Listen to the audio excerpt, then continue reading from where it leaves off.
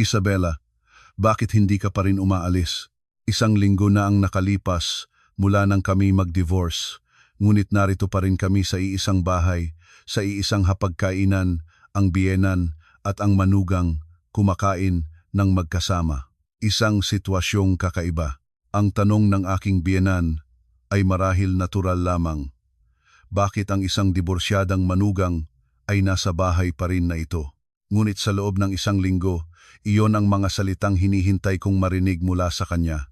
Sa nagdaang 5 taon, nabuhay ako na laging nakayuko. Pasensya na po, at opo, Nay, ang paulit-ulit kong sinasabi. Kaya naman nang sumagot ako ng, dahil bahay ko po ito, tila huminto ang mundo sa aming hapagkainan. Anong pinagsasabi mo?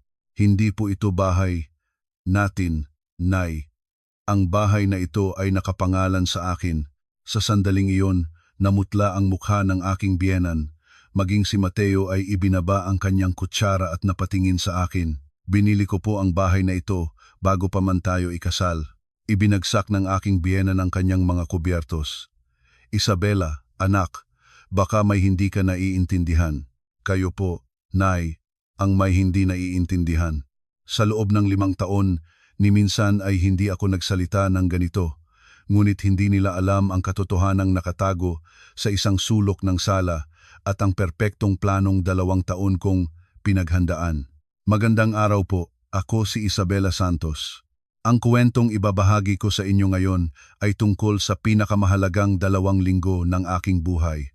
Nagsimula ang lahat sa isang ordinaryong hapunan noong Oktubre 2024 sa aming bahay sa Ayala Alabang Village. Mainit pa ang sinag ng papalubog na araw na pumapasok sa mataas na kisame at malalawak na bintana. Kumikinang ang sahig na gawa sa Italian marble habang tinatamaan ng liwanag. Sa hardin, ang mga puno ng nara na ako mismo ang nagtanim ay nagpapakita ng kanilang magagandang kulay. Ang mga dahon na pula at dilaw ay marahang sumasayaw sa hangin ng taglagas, isang napakagandang tanawin. Naalala ko noong una kong makita ang bahay na ito. 3 taon na ang nakalipas. Bago kami ikasal, mag-isa akong naghahanap ng real estate. Buong kumpiyansang sinabi ng ahente na ito ang perpektong lugar para sa mga bagong kasal. Isang 2-story house sa isang 600 square meter na lote na may malawak na hardin at garahe.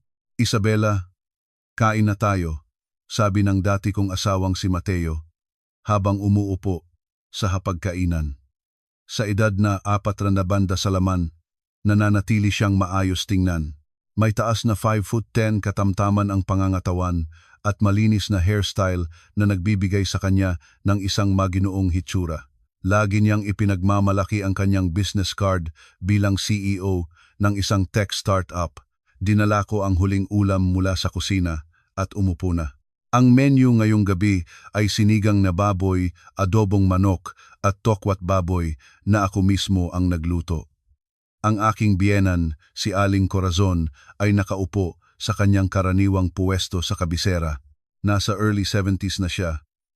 At gaya ng dati, seryoso ang kanyang mukha. Ang kanyang kulay abong buhok ay maayos na, nakapusod, at ang suot niyang brown na cardigan ay nagpapakita ng kanyang kabagsikan. Ngunit may kakaiba.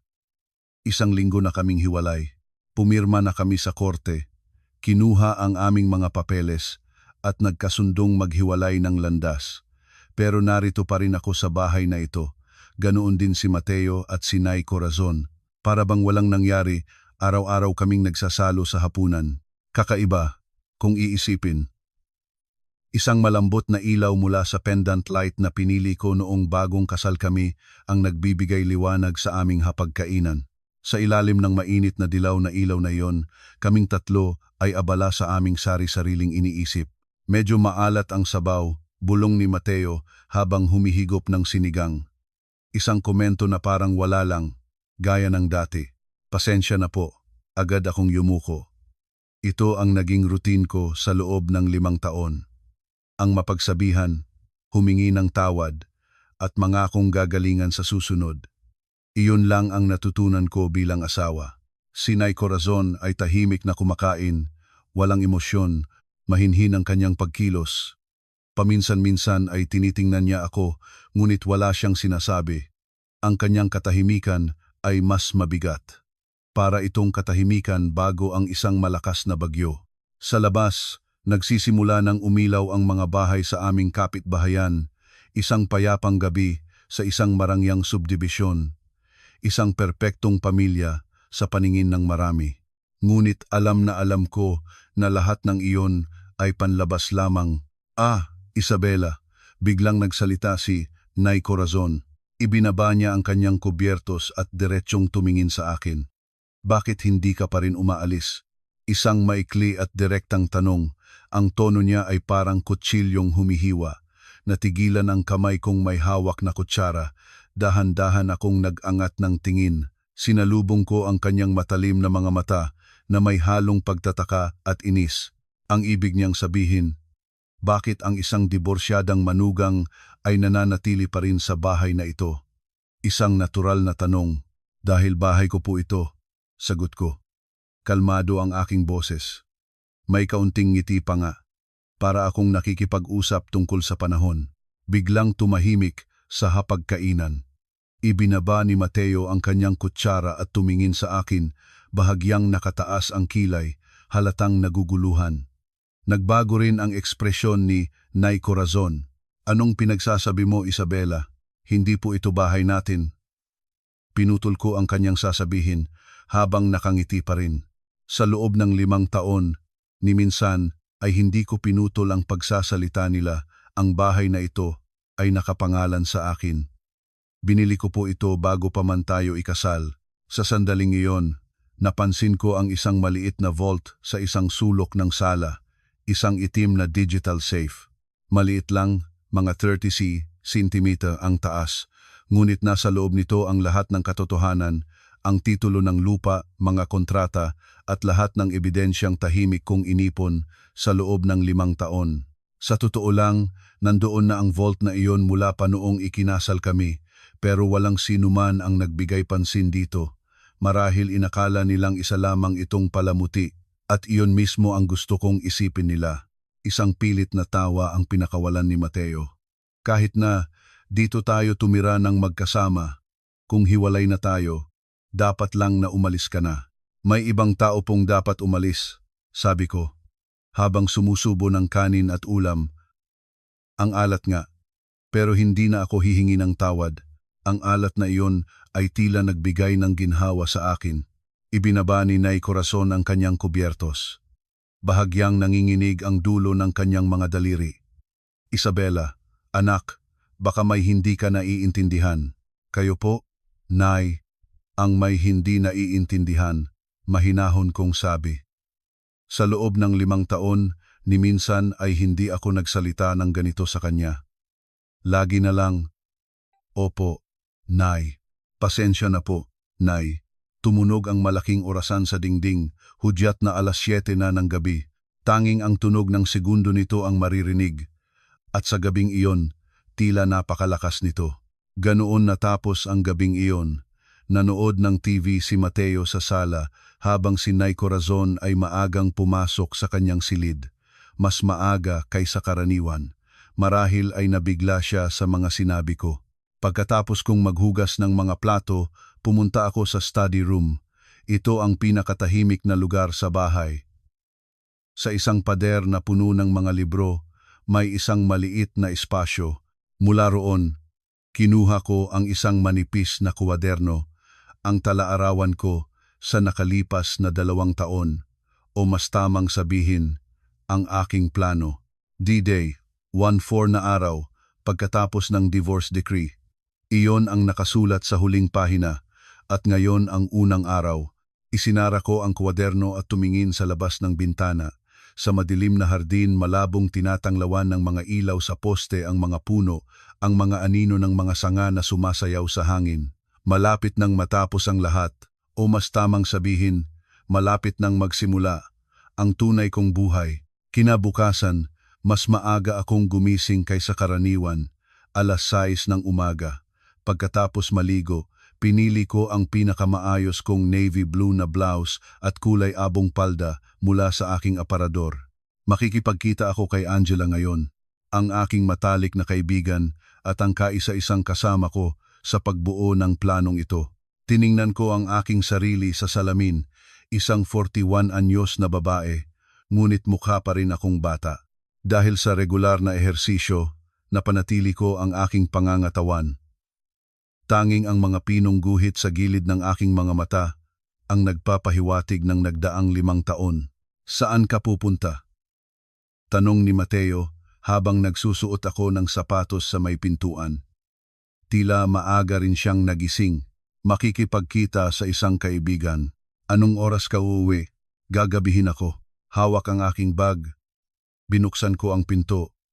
Dumampi sa aking pisngi ang malamig na hangin ng umaga. Nang lumingon ako, nakita ko si Mateo na nakatingin sa akin na may komplikadong ekspresyon na para bang hindi pa rin niya maintindihan ang mga sinabi ko kagabi. Sige, aalis na ako. Nagsalita ako sa aking karaniwang tono. Ngunit sa loob-loob ko, alam kong ito na ang huling ordinaryong umaga. Paglabas ko sa Bonifacio High Street sa BGC, sumalubong sa akin ang maraming tao, 11:00 ng umaga. Kahit weekday, puno ang mga lansangan ng mga empleyado, estudyante at mga namimili. Bawat isa'y nagmamadali patungo sa kanilang destinasyon. Bago ako pumunta sa cafe kung saan kami magkikita ni Angela, nagpasya akong dumaan muna sa isang mall. May bigla akong naalala. Ang suot na polo ni Mateo kahapon ay mukhang bago. Naisip ko, baka namili siya ng hindi ko alam. Pagpasok ko sa Greenbelt, ang mga maningning na ilaw ng mga luxury brand sa ground floor ang sumalubong sa akin. Chanel, Hermes, Gucci, bawat isa'y nagpapakita ng kanilang karangyaan. Karaniwan, nilalagpasan ko lang ang mga ito, ngunit ngayon tila mabigat ang aking mga paa. Habang paakyat ako sa escalator patungo sa ikalawang palapag, isang pamilyar na likod ang nakita ko. 5'10" ang taas, malapad ang balikat, walang iba kundi si Mateo. Bumilis ang tibok ng aking puso. Sa tabi ni Mateo ay may isang batang babae. Mahaba ang buhok, nakasuot ng high heels at elegante ang paglalakad. Mga 5'5" ang taas at maganda ang hubog ng katawan. Mukhang nasa early 30s. Mabilis akong nagtago sa likod ng isang poste. Kumakabog ang aking dibdib. Ngunit ang isip ko'y nanatiling kalmado. Huminto sila sa harap ng isang tindahan ng Tiffany Co. Okay ba ito? Tanong ni Mateo sa babae, habang itinuturo ang isang kuwintas sa loob ng glass case. Ang ganda! Pero hindi ba mahal yan? Sagot ng babae na may bahagyang pag-aalinlangan. Ang kanyang boses ay malambing at maganda. Tipo ni Mateo. Ano naman kung mahal? Para naman to sa babaeng mahal ko, nakangiting sabi ni Mateo. Tinawag niya ang sales attendant para kunin ang kuwintas. Inilabas ko ang aking cellphone at sinimulang mag-record. Nanginginig ang aking mga kamay, ngunit malinaw na nakatutok ang kamera sa kanilang dalawa. Ma'am, sir, this piece is 120,000 pesos. Paliwanag ng staff habang isinusuot ang kuwintas sa leeg ng babae. Isang delicate na disenyo na may maliliit na diamante sa white gold. Bagay sa'yo. Ito na ang kukunin ko, sabi ni Mateo at inilabas ang kanyang credit card. Pamilyar sa akin ang card na iyon. May limit na 200,000 pesos, ngunit may kakaiba. Alam kong hindi maganda ang takbo ng kumpanya ni Mateo. Nang makumpleto ang bayad, niyakap ng babae si Mateo sa leeg at natural na hinalikan siya. Sa gitna ng isang pampublikong mall, pinindot ng daliri ko ang stop recording button. Sapat na ito. Tahimik akong umalis. Pakiramdam ko'y nanghihina ang aking mga binti, ngunit kakaiba, payapa ang aking isipan. Sa halip, gumaan ang pakiramdam ko. Sa wakas, mayroon na akong matibay na ebidensya. Sumakay ako ng elevator papunta sa isang cafe sa ibaba. 10 minuto akong maaga sa aming usapan, ngunit naroon na si Angela. Ate, andito ka na pala. Masayang bati ni Angela. Sa edad na 39, 1 taon siyang mas bata sa akin. Ngunit mula pa noong kolehiyo ay ate na ang tawag niya sa akin. May taas na 5'3", maikli ang buhok, at laging nakasuot ng business suit. Siya ay isang divorce lawyer sa isang kilalang law firm sa Makati. Sorry, na-late ba ako? Hindi, kararating ko lang din. Umupo ako sa tapat ni Angela at kinuha ang cellphone mula sa aking bag. Tingnan mo to. Ipinasa ko sa kanya ang cellphone. Ang video na kararating ko lang kinunan. Naging seryoso ang mukha ni Angela. Pinanood niya ito ng mabuti at tumango. Perpektong ebidensya. Malinaw ang oras, lugar at mga tao. Ito na ba ang magiging final blow? Sapat na ito. Tapos na ang divorce, pero magiging malakas na armas ito para sa reassessment ng property division o sa pag-file ng damages. Uminom ng kape si Angela. Ang kanyang boses, gaya ng dati, ay kalmado at lohikal. Pero ate, saan kumuha si Mateo ng ganoong kalaking pera? Sabi mo hindi maganda ang kalagayan ng kumpanya niya. Iyon mismo ang punto. Iyon din ang ipinagtataka ko. Tingin ko nangungutang siya sa 5-6. 5-6? Tumaas ang kilay ni Angela. Kasi nitong mga nakaraang araw, madalas may tumatawag sa kanya mula sa mga hindi kilalang numero at noong isang araw, may mga lalaking nakasuit na pumunta sa opisina niya. So may utang siya? Malamang. Sandali kaming natahimik. Isang malamyos na jazz music ang tumutugtog sa kafe.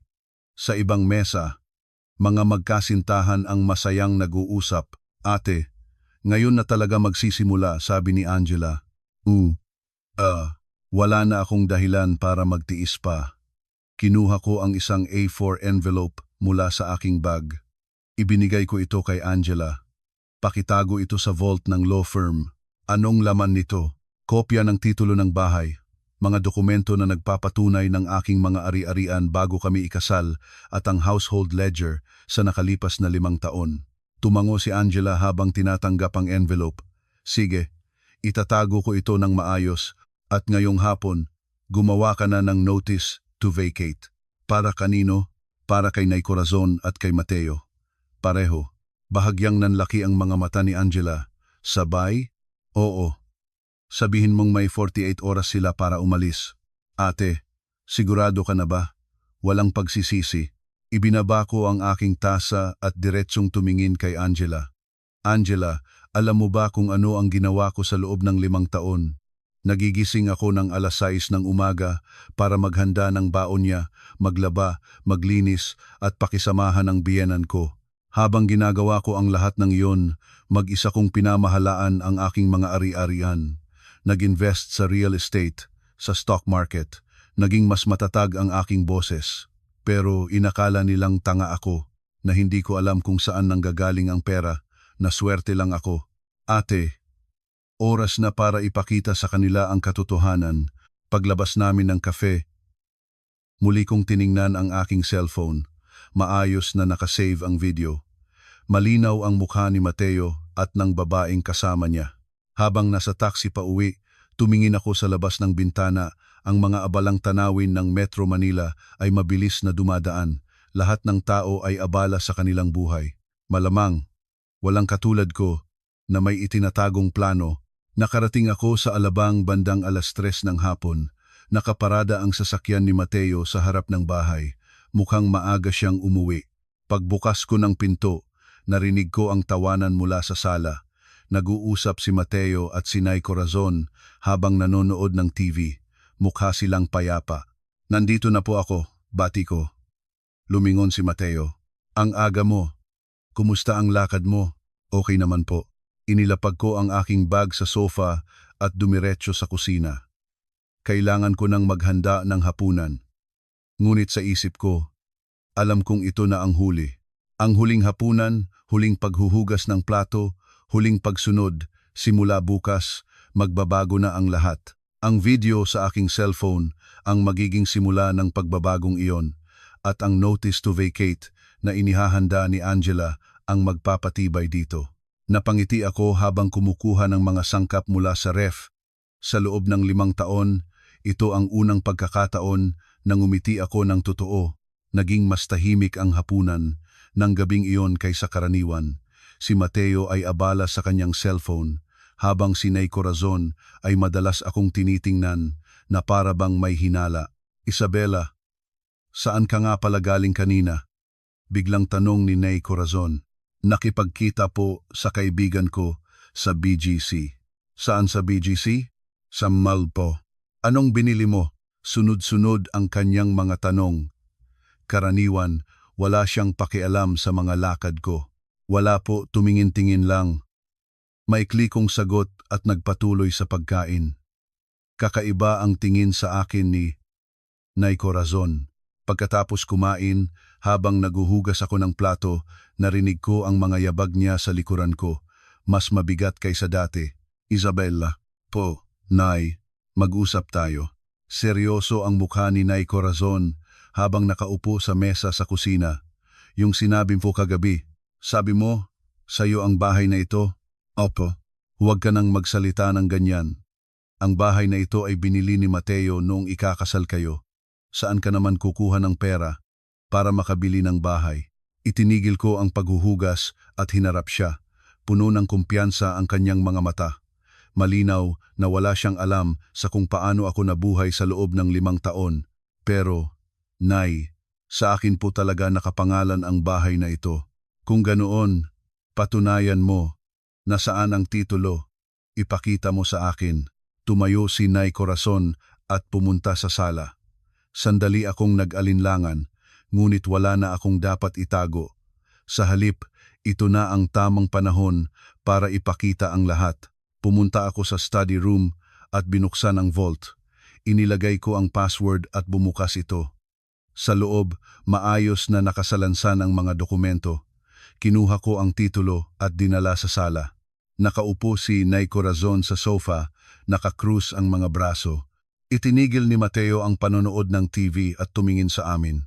Eto po, dahan-dahan kong inilapag ang titulo sa coffee table. Kinuha ito ni Nay Corazon. Isinuot ang kanyang salamin at masusing binasa. Sa una, wala siyang emosyon, ngunit unti-unting nagbago ang kulay ng kanyang mukha. Ano to? Titulo po ng lupa. Ang may-ari ay Isabela Santos. Opo, petsa ng pagbili. Agosto 2021. 3 buwan bago kayo ikasal. Nanginginig ang kamay ni Nay Corazon. Tumayo rin si Mateo at tiningnan ang dokumento. Isabela, totoo ba to? Nanginginig ang boses ni Mateo. Oo naman. Bumalik ako sa study room at kinuha ang iba pang mga dokumento, mga kontrata sa interior design, mga resibo ng appliances, mga bayarin sa association dues. Tingnan niyo rin po ito. Inilatag ko ang mga papeles sa mesa. Lahat ng pangalan ng kontratista ay nakapangalan sa akin, si Isabela Santos. Ang bank account na ginamit sa pagbabayad ay sa akin din. Tiningnan ni Nay Corazon ang bawat dokumento. Lalong tumigas ang kanyang mukha. Interior design, 1.5 million pesos. Appliances, 400,000 pesos. Landscaping, 250,000 pesos. Lahat ng resibo ay may iisang pangalan. Nay, sa loob ng 5 taon, ako po ang nagbayad ng lahat ng gastusin sa bahay na ito, pati na ang mga bilihin natin. Kung ganoon, anong ginawa ni Mateo? Nanginginig niyang tanong. Abala po siya sa pagpapatakbo ng kumpanya. Kaya ako na po ang umako sa lahat ng gawaing bahay at gastusin. Napaupo si Mateo sa sofa, namumutla. Isabela, so, ikaw ang bumili ng bahay na ito? Opo. Ginamit ko ang perang minana ko sa aking ama bago tayo ikasal. Minana, matalim na tanong ni Nay Corazon. Opo. Ipinamana niya sa akin bago siya pumanaw. Sa totoo lang, bahagi lang iyon ng katotohanan. Mas komplikado pa. Kaya ang alam niyo po ay mali. Biglang tumayo si Nay Corazon. Hindi ito maaari. 5 taon kaming tumira sa bahay na ito. Tapos malalaman kong hindi pala sa amin. Mula pa po sa simula, hindi ito sa inyo. Bahay ko po ito. Anong mangyayari sa amin? Magiging border mo kami? Kung iyon po ang gusto ninyo. Kalokohan, sigaw niya. Ngayon ko lang siya nakitang sumigaw ng ganoon kalakas. Isabela, kahit anong dokumento pa ang ipakita mo, walang silbi yan. Ang bahay na ito ay para sa anak ko nang mag-asawa siya. Pero sa papel, bahay ko po ito. Hindi lang papel ang basehan. 5 taon kaming tumira dito. Sa una, nagulat ako sa galit niya, pero kalaunan, naunawaan ko, mahirap tanggapin na ang lahat ng pinaniniwalaan niya ay kasinungalingan. Nay, kumalma po kayo. Kumalma? Paano ako kakalma? Ang manugang ko, may-ari pala ng bahay. Hinawakan ni Mateo ang braso ng ina. Ma, umupo muna kayo. Paano nangyari to? Tahimik akong pumunta sa study room at kinuha ang huling dokumento. Isang trust agreement. Tingnan niyo rin po ito. Muling nagbago ang ekspresyon ni Nay Corazon nang makita ang dokumento sa mesa. Trust agreement? Opo.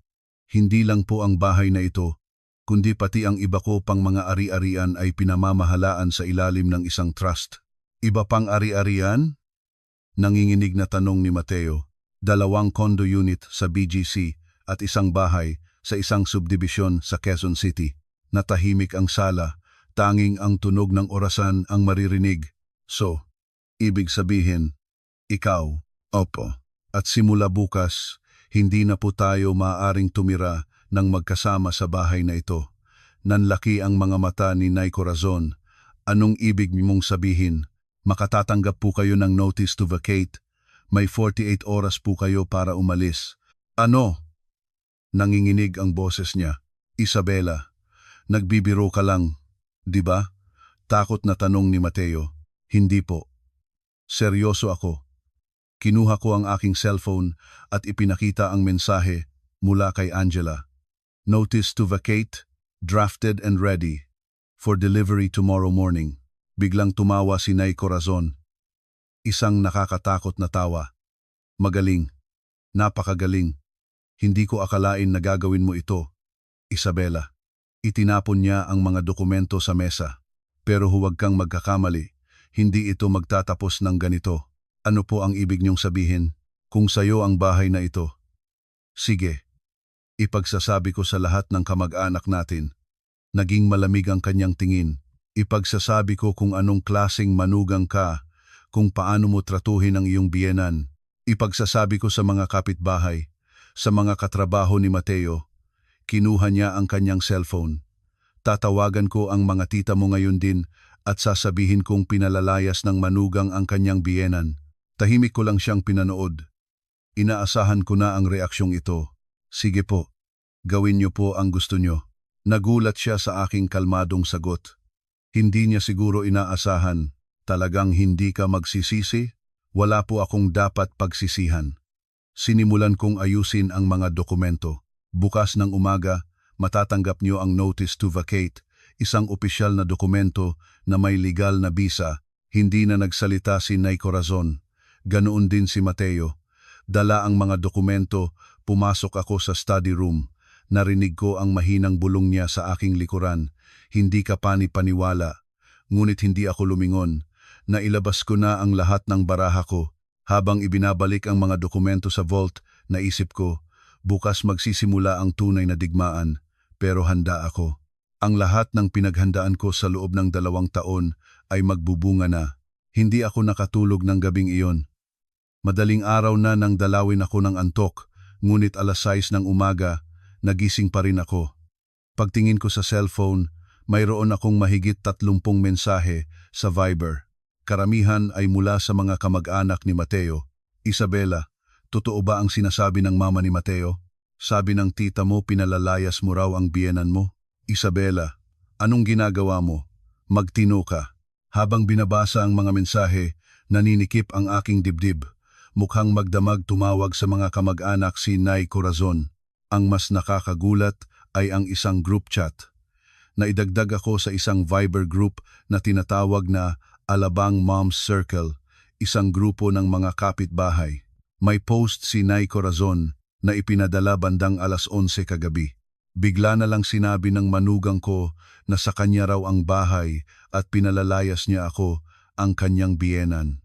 5 taon kaming magkasama, pero dahil lang nag-divorce sila, ganito ang ginagawa niya.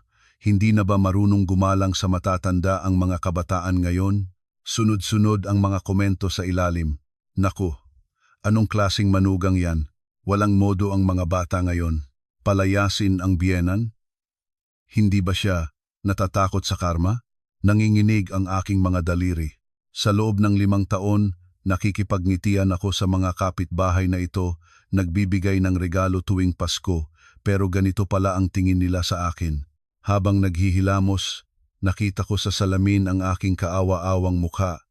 Tila mas lumalim ang mga guhit sa gilid ng aking mga mata. Namamagarin ang aking mukha dahil sa hindi maayos na tulog.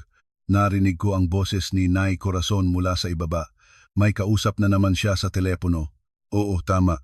5 taon namin siyang inalagaan, tapos ngayon mag-aastang may-ari ng bahay. Mas mataas ang kanyang boses kaysa karaniwan. Hindi na nga makapag-anak, ang yabang-yabang pa. Palamunin lang naman. Nakatayo ako sa may hagdanan at pinakinggan ang lahat. Kumirot ang aking puso. Ang hindi pagkakaroon ng anak, ang pinakamasakit na bahagi para sa akin. Ang bahay na yan, ang anak ko ang bumili. Siguro ipinangalan lang sa kanya para makaiwas sa buwis. Mga kasinungalingan, pero iyon ang gusto niyang paniwalaan. Pagbaba ko sa kusina, ibinaba niya ang telepono. Malamig niya akong tiningnan at sinabing, ikaw ang maghanda ng almusal. Opo, at hanggang ngayon na lang yan. Simula bukas, hindi mo na kailangang gawin yan. Nang hindi ako kumibo, mas matalim siyang nagsalita. 5 taon ka naming pinakain at pinatira dito. Tapos ngayon mag-aasta kang may-ari? Nakakahiya ka. Nay, huwag kang sumagot. Anong karapatan mong sumagot? Binuksan niya ng padabog ang ref, isang babaeng baog na walang pakinabang. Sa mga salitang iyon, nanghina ang aking mga tuhod. Napahawak ako sa lababo para suportahan ang sarili. Alam mo ba kung gaano naghirap si Mateo sa isang babaeng katulad mo? Ang mga kaibigan niya, lahat may mga apo na. Lalong tumindi ang kanyang galit. Tapos sasabihin mong sayo ang bahay? Ang bahay ba ay isang gusali lang? Ito ay isang tahanan, pero nakabuo ka ba ng isang tunay na pamilya? Nakyuko ako habang binabasag ang itlog. Nanginginig ang aking kamay, kaya nahulog ang balat sa kawali. Ayusin mo nga yan, pati pagprito ng itlog hindi mo magawa, sigaw niya. Pasensya na po. Anong pasensya? Isa kang pabigat. Pabigat ka lang. Sa sandaling iyon, nag-vibrate ang cellphone sa aking bulsa. Patuloy na nagre-record. Kagabi ko pa ito sinimulan. Umalis si Mateo para sa trabaho bandang 8:00 ng umaga. Mas maaga kaysa karaniwan. Hindi man lang siya tumingin sa akin. Si Nay Corazon naman ay patuloy sa pagtawag. Mga kamag-anak, kapitbahay, at maging mga katrabaho ni Mateo. Oo, tama po. Biglang nagbago ang manugang ko. Pagkatapos ng divorce, gusto na niya akong palayasin. Bandang 10:00 ng umaga, tumawag si Angela. Ate, papunta na ako diyan, dala ang notice to vacate. Pero ang daming tao sa harap ng bahay niyo. Mga tao, mukhang mga kapitbahay niyo. Tingin ko tinawagan sila ng biyenan mo. Sumilip ako sa bintana at nakita kong maraming tao ang nagkukumpulan sa aming hardin.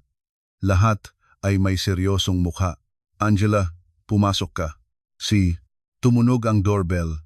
Binuksan ni Nay Corazon ang pinto. Magandang umaga po, Ginang Corazon Reyes. Ako po ang abogado ni Isabela, magalang na bati ni Angela. Abogado? Kumuha pa talaga ng abogado si Isabela. Nanginginig sa gulat at galit ang boses ni Nay Corazon. Nandito po ako para ihatid ang notice to vacate. Notice to vacate?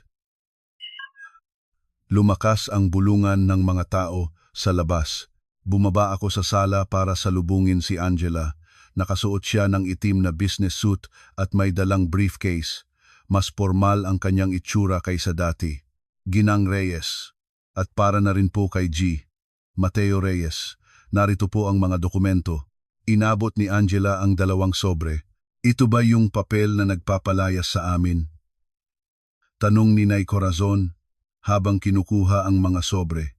Ito po ay isang legal at makatarungang request para lisanin ang property base sa mga legal na batayan. Legal na batayan? Ang may-ari po ng property na ito ay si Miss Isabela Santos. Dahil sa inyong divorce, nawala na po ang dahilan para manirahan kayo dito. Hinihiling po namin na lisanin niyo ang lugar sa loob ng 28 na oras. Binuksan ni Nay Corazon ang dokumento. Namula ang kanyang mukha. Ganito pala ang gusto niyo ha? Sumusunod lang po kami sa legal na proseso. Biglang may sumigaw mula sa labas. Isabela, lumabas ka at magpaliwanag. Anong klasing manugang ang nagpapalayas sa biyenan? Lalong lumakas ang mga sigawan, ngunit nanatili akong kalmado. May inihanda ako para sa sandaling ito. Angela, pakipamahagi mo na rin ito. Inabot ko sa kanya ang isang USB flash drive. Anong laman nito? Malalaman mo kapag pinakinggan mo. Inilabas ni Angela ang kanyang laptop at isinaksak ang USB. Maya-maya, umalingaw-ngaw sa speaker ang boses ni Nay Corazon. Hindi na nga makapag-anak, ang yabang-yabang pa. Palamunin lang naman. 5 taon ka naming pinakain at pinatira dito. Isa kang pabigat. Pabigat ka lang. Namutla ang mukha ni Nay Corazon. Kailan mo to? Ni-record. Mula kagabi po hanggang kaninang umaga. Natahimik ang mga bulungan sa labas. Narinig ng lahat ang nangyayari sa loob. Dinala ni Angela ang laptop sa labas at magalang na bumati sa mga kapitbahay. Magandang umaga po sa inyong lahat. Ako po ang legal counsel ni Miss Isabela Santos. Attorney, ano po ba ang nangyayari? Tanong ng isa. Hayaan niyo po akong ipaliwanag ang mga tunay na pangyayari, kalmado at malinaw na sabi ni Angela. Si Miss Isabela Santos po ang legal na may-ari ng bahay na ito. Ito po ay kanyang prenuptial property. Binili gamit ang sarili niyang pondo bago pa man sila ikasal. Ang mga maling impormasyon po ay naikalat. At base sa audio recording na inyong narinig, ang biyenan po ay gumamit ng mga mapanirang salita laban sa kanyang manugang. Nagsimulang magbago ang ekspresyon ng mga kapitbahay. Sinabihan siyang baog? Grabe naman. So mali pala ang pagkakaintindi natin. Si Isabela pala ang tunay na may-ari. Unti-unting nagbago ang ihip ng hangin. Sa loob po ng 5 taon, buong puso niyang inalagaan ang kanyang biyenan, patuloy ni Angela. Ngunit kahit pagkatapos ng divorce, ang patuloy na pang-iinsulto at paninira sa kanyang pagkatao ay hindi na niya makayanan, kaya napilitan siyang gumawa ng legal na hakbang. Nakatayo lang si Nay Corazon sa may pinto, walang masabi. Ang audio recording ang nagpatunay sa lahat. May 48 na oras po kayo para ayusin ang inyong mga gamit, huling sabi ni Angela bago pumasok sa loob. Unti-unting nagsialisa ng mga tao sa hardin. Tulala lang silang tinitingnan ni Nay Corazon. Sa unang pagkakataon, gumaan ang aking pakiramdam. Sa wakas, lumabas na ang katotohanan. Bandang 7:00 ng gabi, umuwi si Mateo. 2 oras siyang mas late kaysa karaniwan. Matigas ang kanyang mukha pagpasok niya. Isabela, sabi niya sa boses na mababa at mabigat. Hawak niya ang gusot-gusot na notice to vacate. Talagang gagawin mo to? Oo. Maikli kong sagot. Hindi ko na kailangang magpaliwanag pa. 5 taon, Isabela. 5 taon tayong magkasama. Itinapon niya ang papel sa mesa. Sa loob ng 5 taon na, yon, alam mo ba kung paano ako nabuhay? Tanong ko. Hindi siya nakasagot. Si Nay Corazon ay nasa kanyang silid mula pa kaninang hapon. Mukhang labis siyang naapektuhan. Karaniwan, rinig ang ingay ng TV, ngunit ngayon ay tahimik. Paano na ang kumpanya? Biglang tanong ni Mateo. Ang kumpanya? Yung startup na pinapatakbo ko. Kahit agawin mo ang bahay, hindi mo naman siguro gagalawin ang kumpanya ko. May bahid ng pag-asa sa kanyang boses. Sandali akong nag-isip. Ito na ba ang tamang panahon? Mateo, may kailangan tayong pag-usapan tungkol sa kumpanyang iyan. Ano yon? Sa totoo lang, ang kumpanyang iyan ay... Natigilan ako. Nagbago ang ekspresyon niya. Huwag mong sabihing isa itong subsidiary ng foundation na pag-aari ko. Sa sandaling iyon, nawala ang lahat ng kulay sa mukha ni Mateo. Nakanganga siyang nakatingin sa akin. Naalala ko ang nangyari 3 taon na ang nakalipas, noong naghahanda si Mateo na magtayo ng kumpanya. Isabela, ang hirap maghanap ng investors, sabi niya noon, puno ng desperasyon. Gabi-gabi siyang umuuwi, nabuntong hininga lang ang kasama. Tutulungan kita, sabi ko. Umiling siya. Saan ka naman kukuha ng pera? Isa ka lang housewife. Pero may plano na ako noon. Itinatag ko ang The Rosales Foundation para maayos na pamahalaan ang minana ko sa aking ama at ginawa kong subsidiary ng foundation ang kumpanya ni Mateo. Nakahanap ako ng investor. Sabi ko sa kanya noon. Tuwang-tuwa siya. Sino? Isang foundation. The Rosales Foundation. Interesado silang mag-invest sa mga startup. Ang totoo, ako ang may-ari ng foundation, pero hindi niya iyon nalaman. Ginamit ko ang isang kinatawan sa pagpirma ng mga kontrata. Akala ni Mateo, siya ang CEO, pero ang totoo, isa lang siyang empleyado na tumatanggap ng sahod mula sa foundation. Kung ganoon, ano ako? Nanginginig na tanong ni Mateo.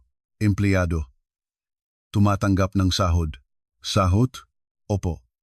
200,000 pesos kada buwan bilang bayad sa iyong serbisyo bilang CEO. Biglang tumayo si Mateo. Iyon pala ang sahod? Akala ko, baliw ka na talaga. Hinawakan ni Mateo ang kanyang ulo. 3 taon kong inakalang ako ang CEO. Sa papel, ikaw nga ang CEO. Pero ang tunay na kapangyarihan ay nasa foundation.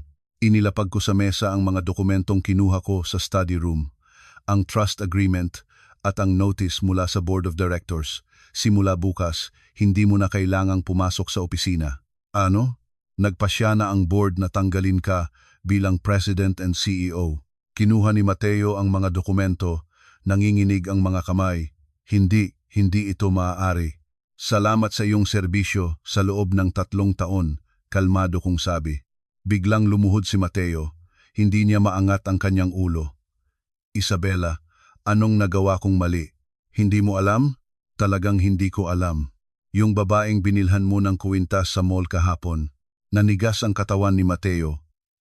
Pati, yon alam mo? Isang kuwintas na nagkakahalaga ng 120,000 pesos. Isabela, yung pera na yon, galing sa utang, di ba? Lalong yumuko si Mateo.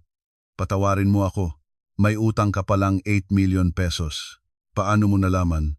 Tumawag sa akin ang mga pinagkakautangan mo. Sabi nila, asawa mo ako, kaya dapat akong managot. Ang totoo, hindi ako co-maker, pero iyon ang pinaniwalaan nila at binayaran ko na lahat yon. Binayaran mo? Oo. Binayaran ko ang buong 8 million. Inangat ni Mateo ang kanyang ulo, namumula ang mga mata. Bakit? Dahil lang naghiwalay tayo, hindi ibig sabihin na magkaaway na tayo, ngunit nanatiling malamig ang aking boses. Pero, ang utang na yon ay inilipat ko sa pangalan mo bilang utang mo sa akin. Anong ibig mong sabihin? Kailangan mong bayaran sa akin ang 8 million pesos na yon. Tuluyang gumuho si Mateo. Nakasubsob siya sa sahig, hindi makatayo. Tumunog ang aking cellphone. Mensahe mula kay Angela. Si Sofia Gomez daw hindi na makikipag-ugnayan kay Mateo, ayaw niya raw sa isang baon sa utang. Napabuntong hininga ako. Inaasahan ko na ito. Malapit nang matapos ang lahat. Kinabukasan, napakatahimik ng bahay. Si Nay Corazon ay hindi pa rin lumalabas ng kanyang silid. Si Mateo naman ay sa sofa natulog, nakabaluktot sa ilalim ng isang kumot. Habang nagtitimpla ako ng kape, tumunog ang doorbell, 8:00 ng umaga. Pagbukas ko, may 2 lalaking nakasuit ang nakatayo. Dito po ba nakatira si G. Mateo Reyes? Magalang na tanong ng mas matanda. Opo, sandali lang po. Ginising ko si Mateo. Mateo, may naghahanap sa'yo. Gulat na tumayo si Mateo. Namutla siya nang makita ang 2 lalaki. Magandang umaga po, G. Reyes, natatandaan niyo po ba ang usapan natin? Hanggang ngayon na lang po ang palugit para bayaran ang utang niyo. Kasi po, nagkaroon ng problema. Problema? Sumeryoso ang mukha ng lalaki. 10 milyong piso po ang utang niyo, kasama na ang interes. 10 milyon? Nagulat kong tanong. Ang alam ko ay 8 million lang. Opo. Ma'am, asawa po ba kayo? Ipinaliwanag po namin sa asawa niyo na 10% kada buwan ang interes. 10% kada buwan? napakataas na interes. So, ang principal ay 8 milyon at ang interes sa loob ng ilang buwan ay 2 milyon. Tama po kayo. Napaupo si Mateo sa sofa, puno ng desperasyon. Kailan ka pa nangutang? Tanong ko kay Mateo. 6 na buwan na ang nakalipas. 6 na buwan. Tama ang kalkulasyon ko. Saan mo ginamit ang pera?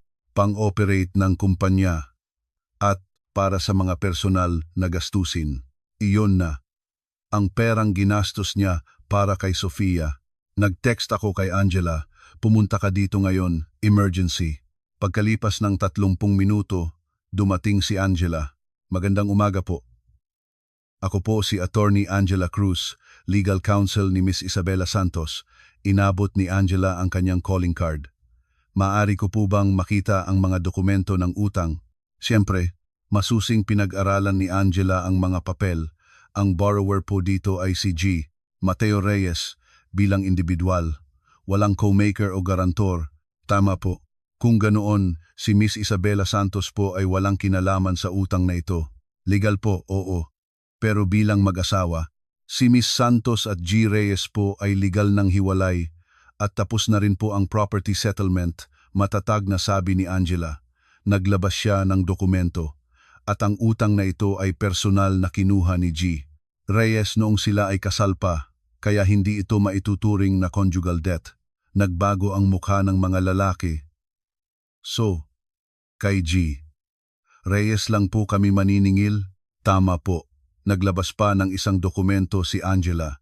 At para po sa inyong kaalaman, si G. Reyes ay kasalukuyang walang trabaho. Tinanggal na po siya sa lahat ng kanyang posisyon kahapon. Walang trabaho. Opo. At wala rin po siyang anumang personal na ari-arian. Nakatungo lang si Mateo. Papaano ko po kayo babayaran? Ja. Reyes, kailangan nating pag-usapan kung paano niyo babayaran ito. Malamig na sabi ng mas matandang lalaki. Magkano ang kaya niyong bayaran kada buwan? Wala po akong.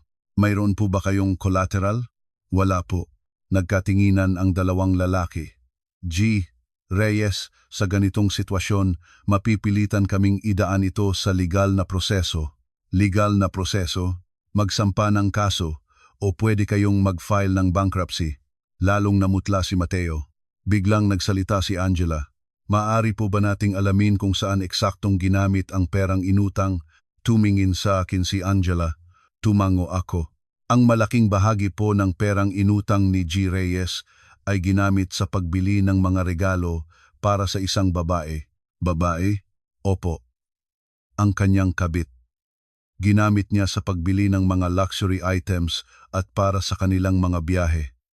Ipinakita ni Angela ang video mula sa kanyang cellphone. Ang eksena kung saan binibili ni Mateo ang 120,000 pisong kuwintas. Nanigas ang mukha ng mga lalaki nang makita ang halikan ni na Mateo at Sofia. At ito po ang kopya ng mga bank transfer. May kabuuang 3.2 million pesos na inilipat sa account ng isang Sofia Gomez. 3.2 million? Tumaas ang boses ng mga lalaki. So, ang pera namin, ginamit niya para sa kabit niya. Hindi makasagot si Mateo. Lahat ay totoo. Ang masakit pa po, ang babaeng ito ay nakipaghiwalay na kay G. Reyes. Ipinakita ni Angela ang text message. Sinabi niya, ayaw na niyang makipagkita sa isang baon sa utang. Nagsimulang magalit ang isa sa mga lalaki. Hayop na, to, ang pera namin ginamit sa panlalalaki. Sa kasong ito, maaari po ba kaming magsampa ng kasong estafa o fraud? Tanong ng mas matanda kay Angela. Kung ang purpose ng loan ay hindi sinunod, posible po. Sinabi niyang para sa kumpanya pero ginamit niya sa babae. Sumabog sa galit ang mga lalaki. Tuluyan nang gumuho si Mateo, nakasubsob sa sahig. Patawad po. Patawarin niyo po ako. Pero huli na ang lahat. G. Reyes. Bigyan mo kami ng update mula sa iyong abogado hanggang bukas. Kung hindi, magsasampa kami ng kasong kriminal. Pagkaalis ng mga lalaki, muling tumahimik ang bahay. Nakahandusay pa rin si Mateo sa sahig, tila sumuko na sa lahat. Narinig ko ang mga yabag ni Nay Corazon, mula sa itaas. Isabela, pumasok siya sa sala, mukhang nangayayat. Talagang ito ang plano mo, ang sirain kami. Ano po ang ginawa ko? 5 taon mo itong pinlano, di ba? Ang pabagsakin kami. May galit sa kanyang boses. Nay, pinoprotektahan ko lang po kung ano ang sa akin. Ano bang sayo? May pera ka bang kinita ng mag-isa? Ito na ang tanong na hinihintay ko. Bukas po, sasabihin ko sa inyo ang lahat. Bago kayo umalis, mayroon po akong huling ipapaliwanag. Isang bagong kislap ng kuryosidad ang lumitaw sa kanyang mga mata. Gusto pa rin niyang malaman kung saan nanggaling ang aking yaman. Marahil, naghahanda siya para sa huling ganti. Pero handa na rin ako. Oras na para ibunyag ang lahat ng katotohanan. Gabi, bago ang kanilang pag-alis. Bukas na ang huling araw, si Nay Corazon ay nag-iimpake na mula pa kaninang hapon. 2 malaking maleta at ilang kahon ang 5 taon ng kanyang buhay. Si Mateo naman ay umalis ng umaga at hindi pa bumabalik. Bandang 8:00 ng gabi bumaba si Nay Corazon. Mas maayos ang kanyang pananamit. Isabela, maupo ka. Kalmado ngunit matatag ang kanyang boses. May huli akong itatanong. Saan talaga galing ang pera mo? Sinabi mong mana, pero imposible para sa isang housewife na makatanggap ng ganoong kalaking mana para makabili ng ganitong bahay. Matalim ang kanyang tingin. Nay, sa tingin niyo po ba, isa lang akong housewife? Ano pa, may trabaho ka ba? Wala po. Pero, nagtatrabaho ako. Pumunta ako sa study room at kinuha ang huling set ng mga dokumento. Maiintindihan niyo po kapag nakita niyo ito. Inilatag ko sa mesa ang mga papeles, ang trust agreement, mga dokumento ng real estate investments at mga stock market transaction records. Kinuha niya ang unang dokumento. The Rosales Trust. Trust asset. ₱1 billion. Nanginginig ang kanyang boses. Opo. Isang trust na itinayo ng aking ama bago siya pumanaw. 2 billion? Tumpak po, 2. 1 billion pesos, kasama na ang real estate, stocks at cash. Ibinaba niya ang dokumento at tiningnan ako, hindi makapaniwala. May ganoong pera ang tatay mo? Opo. Buong buhay niya, nag-invest siya sa real estate. Marami siyang ari-arian sa Metro Manila. Mula bata, tinuruan na niya ako kung paano mag-invest. Bakit mo ito itinago? Hindi ko po itinago. Hindi lang kinailangang sabihin, ibinigay ko sa kanya ang isang notarized na dokumento. Ito po ay isang international trust agreement, pinamamahalaan sa pamamagitan ng isang Swiss bank, protektado po ang trust fund. Walang sinuman ang maaaring gumalaw nito. Lalong nagbago ang kulay ng kanyang mukha. Mula sa pagtataka, napalitan ito ng ibang emosyon. Kung ganoon, mula sa simula. Ikaw, opo. Mula sa simula. Ako po. Ipinakita ko ang listahan ng mga ari-arian. Ang mga kondo sa BGC, ang bahay sa Quezon City, at ang bahay na ito lahat ay binili gamit ang pondo ng trust. Hindi ito alam ni Mateo? Hindi po. Bigla niyang hinawakan ang kanyang noo. Pati ang kumpanya, itinatag din po gamit ang pondo ng trust. Si Mateo ay isang upahang CEO lamang. Napabuntong hininga siya. Bakit? Bakit hindi mo sinabi agad? Sa sandaling iyon, tuluyang nagbago ang kanyang ekspresyon na wala ang malamig at mapanlait na tingin na ipinakita niya sa akin sa loob ng 5 taon. Napalitan ito ng pagsisisi at panghihinayang. Kung nalaman ko lang sana agad. Sana naging napakabuti ko sa'yo. Kaya po hindi ko sinabi. Nagulat siya sa sagot ko. Ano? Dahil kung nalaman niyo po ang tungkol sa yaman ko, ituturing niyo akong tao. Pero hindi po iyon totoo. Mahinahon kong sabi. Ang totoo ay kung paano niyo ako tratuhin noong akala niyo ay wala akong kahit ano. Sa loob ng 5 taon, nakita ko po ang tunay niyong pagkatao. Nay, ang kabaitan na dahil lang sa pera ay hindi totoo. Natahimik siya, nakayuko. Ngayon ko lang siya nakitang ganito. Ako, nagkamali ako. Patawarin mo ako. Ngunit hindi ko na kailangan ang kanyang paumanhin. Huli na ang lahat. Nay, hindi ko po kailangan ng tawad nyo. Tapos na po ang lahat. Kinuha ko ang huling dokumento, ang writ of execution para sa kanilang pag-alis. Bukas po, hanggang 10:00 ng umaga, kailangan nyo na pong umalis. Habang inaabot ang papel, nagtanong siya, "Talagang hindi mo na ako mapapatawad?" "Napatawad ko na po kayo, pero ayoko na po kayong makita pa." Bumukas ang pinto. Dumating si Mateo, gusgusin ang itsura. "Isabela, ito na ba talaga ang katapusan?" Puno ng pagsusumamo ang kanyang boses. "Oh, hindi na ba natin pwedeng ayusin to?" "Hindi na, dahil nasira na ang tiwala ko, lubusan." Akmang luluhod si Mateo, pero pinigilan ko siya. "Huwag mo nang gawin yan. Ayokong makita." "Isabela, nagsisisi talaga ako. Kay Sofia ka dapat magsisi." Namutla siya. "Wala na kami. Alam kong tapos na." Ipinakita ko ang huling text. Sabi niya, ayaw na niya, sa isang baon sa utang. Napaupo si Mateo sa sahig, isang taong nawalan na ng lahat. "Paano na ako mabubuhay? Problema mo na yan." Tumayo ako at sumunod din si Nay Corazon. "Isabela, huling pakiusap." "Ano po yon?" "Salamat sa 5 taon. Ngunit wala ng halaga ang pasasalamat na iyon. Wala po kayong dapat ipagpasalamat. Marami rin po akong natutunan." "Anong natutunan mo?" "Kung paano kumilatis ng tao." Kinabukasan, 9:00 ng umaga, dumating ang lipat bahay truck.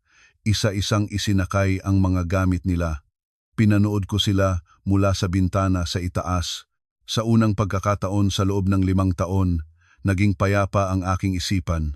10:00, nagpaalam si Nay Corazon. "Sige, maiwan ka na." "Sige po, kayo rin po." Nang lumabas siya ng pinto, naramdaman kong tunay na malaya na ako. Si Mateo ay palingon-lingon habang papalayo. Ngunit hindi ko na sila sinilip pa.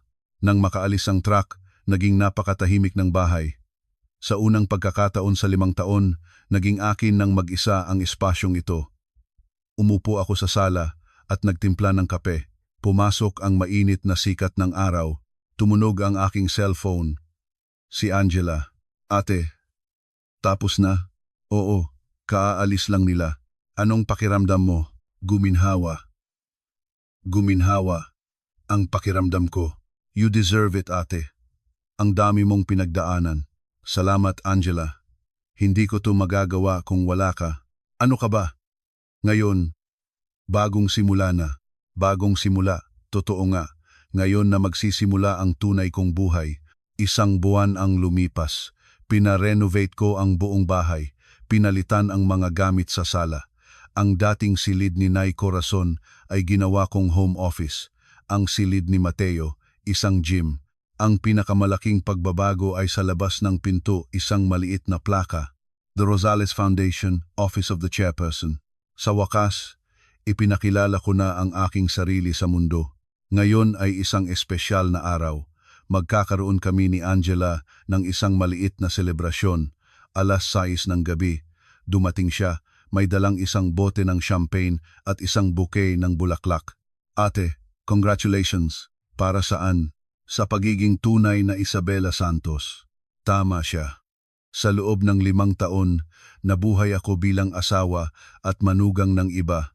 Ngayon, malaya na akong maging ako. Naglatag kami ng pagkain at binuksan ang champagne. Cheers. "Ate, hindi ka ba talaga nagsisisi?" 5 taon din yon. Walang pagsisisi. Siguro, panghihinayang lang. Panghihinayang na sana mas maaga ko itong ginawa. Ngumiti si Angela. "Siguro, may tamang panahon para sa lahat at ito na ang tamang panahon mo." Pagkatapos kumain, may mungkahi si Angela. "Ate, gumawa tayo ng isang bagay na symbolic. Isang bagay na tuluyang magpuputol sa nakaraan." Umakyat ako sa aking silid at binuksan ang isang maliit na kahon. Nasa loob nito ang aming wedding ring. 5 taon ko itong isinuot. "Perfect," sabi ni Angela. Pumunta kami sa hardin, sa tabi ng isang maliit na fish pond. Hawak ang singsing. Naisip ko, minsan, naging napakahalaga nito. Ngayon, Isa na lang itong piraso ng metal. Ate, sabihin mo ang gusto mong sabihin. 5 taon kitang tiniis, sabi ko, hindi sigurado kung para kanino. Ngayon, tapos na talaga. Itinapon ko ang singsing sa tubig. Isang maliit na tilamsik at nawala na ito. Sa sandaling iyon, naramdaman kong tapos na nga ang lahat. Ate, anong susunod mong gagawin? Magtatrabaho. Sa foundation, mga makabuluhang bagay. Plano kong palawakin ang foundation, suportahan ang mga babaeng negosyante, mga single-parent families at mga biktima ng domestic violence. Gusto kong hindi masayang ang mga pinagdaanan ko. Nang umuwi si Angela, mag-isa na lang ako. Habang nagkakape, may natanggap akong text mula sa isang hindi kilalang numero. Mas, Isabela, totoo po bang kayo ang chairperson ng The Rosales Foundation? Nakaka-inspire po kayo. Sana balang araw, maging matapang din akong katulad nyo. Marahil isa sa mga kapitbahay ko. Nag-reply ako, hindi pa po huli ang lahat para maging matapang. Kailangan lang ng lakas ng loob. At huwag nyo pong lokohin ang sarili nyo. Iyon po ang pinakamalaking kawalan. Tumingin ako sa labas. Ang mga puno ay marahang sumasayaw. Sa susunod na tagsibol, tutubo ang mga bagong dahon. Katulad ko, isang bagong buhay sa edad na 41. Maaaring huli na para sa iba, pero para sa akin, ito ang tamang panahon. Mabubuhay ako para sa sarili ko, sa pangalan ko, bilang si Isabela Santos. Ang hangin mula sa hardin ay mainit, tila isang pagbati para sa isang bagong simula.